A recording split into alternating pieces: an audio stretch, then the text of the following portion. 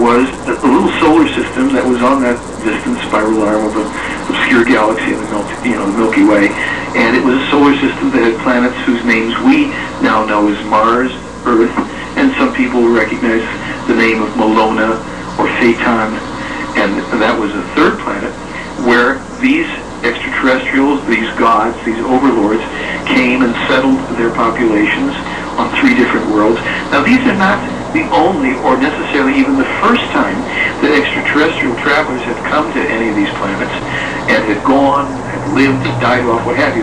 But in this settling in, the bottom line of this is addressing your great point about genetic manipulations. And what they've said is, while all sorts of dramas took place over time and the people on Molona ended up warring amongst themselves and blowing their planet to smithereens, and now we have, it wasn't from another object hitting it, but we have the asteroid belt as a result of a specific war where they used nuclear weapons and also exploded and directed seawater into the magma chambers of volcanoes, causing enormous explosions which all contributed to literally blowing the planet apart.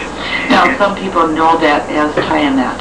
Yes, from the Sitchin information that might be called Tiamat in the Sumerian Sitchin traditions.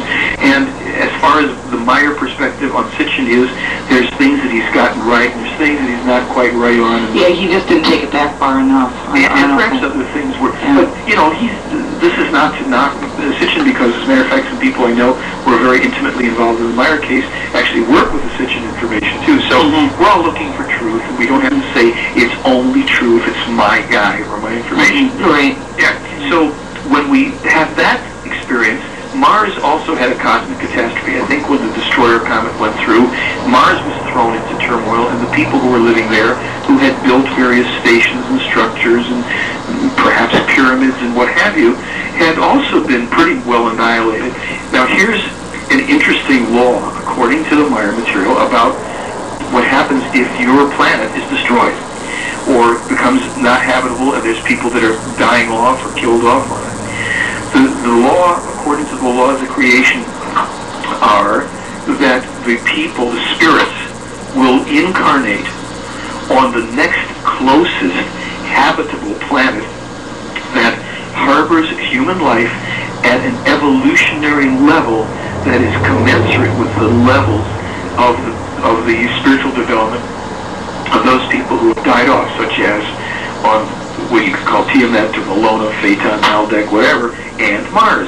Now, since we already had settlements on Earth of humans here, those spirits would have come into the invisible realm in which spirits, according to this information, are dwelling and waiting for incarnation in human bodies on Earth. So all of these genetically manipulated peoples that died off on the other 2 planets, their spirits were now kind of waiting for the incarnational experience here, and this, of course, has happened over time. We're anyhow way over. Which, of course, we would continue carrying the DNA memories.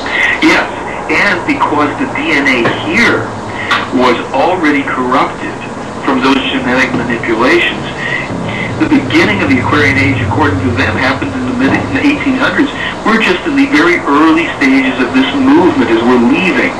We're leaving the tail end of the Piscean experience into the Aquarian experience, which is going to take some time to develop. But